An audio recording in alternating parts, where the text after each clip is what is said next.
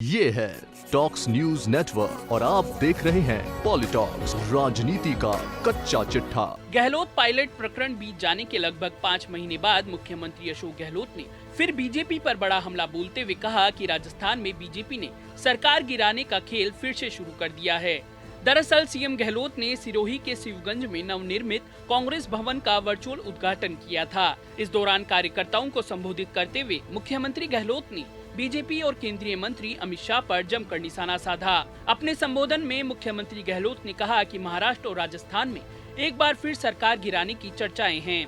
अभी हाल ही में राजस्थान में जो घटनाक्रम हुआ वो आप लोगों को मालूम ही है। पूरे घटनाक्रम के अजय माकन गवाह रहे हैं। वे 34 दिन तक हमारे साथ होटल में ही रुके थे। सीएम गहलोत ने कहा कि हमारे विधायकों ने अमित शाह के साथ करीब 1 घंटे मुलाकात की थी। उस दौरान वहां धर्मेंद्र प्रधान और सांसद सैयद जफर इस्लाम भी मौजूद थे। अमित शाह ने हमारे विधायकों से कहा कि यह मेरा प्रेस्टीज इशू है। मैं 5 सरकारें गिरा चुका हूं और अब यह 6ठी सरकार गिरा कर रहूंगा। थोड़ा धैर्य रखो। सीएम गहलोत ने बताया कि ये बात खुद हमारे विधायकों ने मुझसे कही। सीएम गहलोत ने कहा कि अमित शाह से मिलकर आए कांग्रेस विधायकों ने मुझे बताया कि हमें इतनी शर्म आ रही थी कि कहां तो एक तरफ सरदार वल्लभ भाई पटेल जैसे देश के गृह मंत्री थे और कहां आज के गृह मंत्री अमित शाह हैं।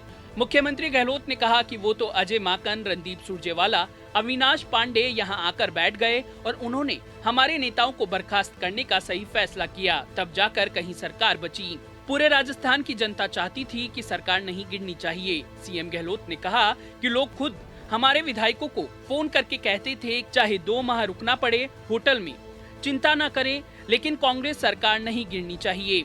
इस दौरान मुख्यमंत्री अशोक गहलोत ने कहा कि स्वायत्त शासन मंत्री शांति धारीवाल कई बार कह चुके हैं पीसीसी का नया भवन बनना चाहिए। इसके लिए कोशिश की जा रही है। हम चाहते हैं कि सभी जिलों और ब्लॉकों में कांग्रेस कार्यालय होने चाहिए ताकि कांग्रेस नेता वहां बैठें और जनता की समस्याएं सुलझाएं। सीएम गहलोत ने कहा कि हम जनता व कार्यकर्ताओं से चंदा लेकर कार्यालय बनाएंगे। भाजपा की तर्ज पर दिल्ली से कोई पैसा नहीं आएगा।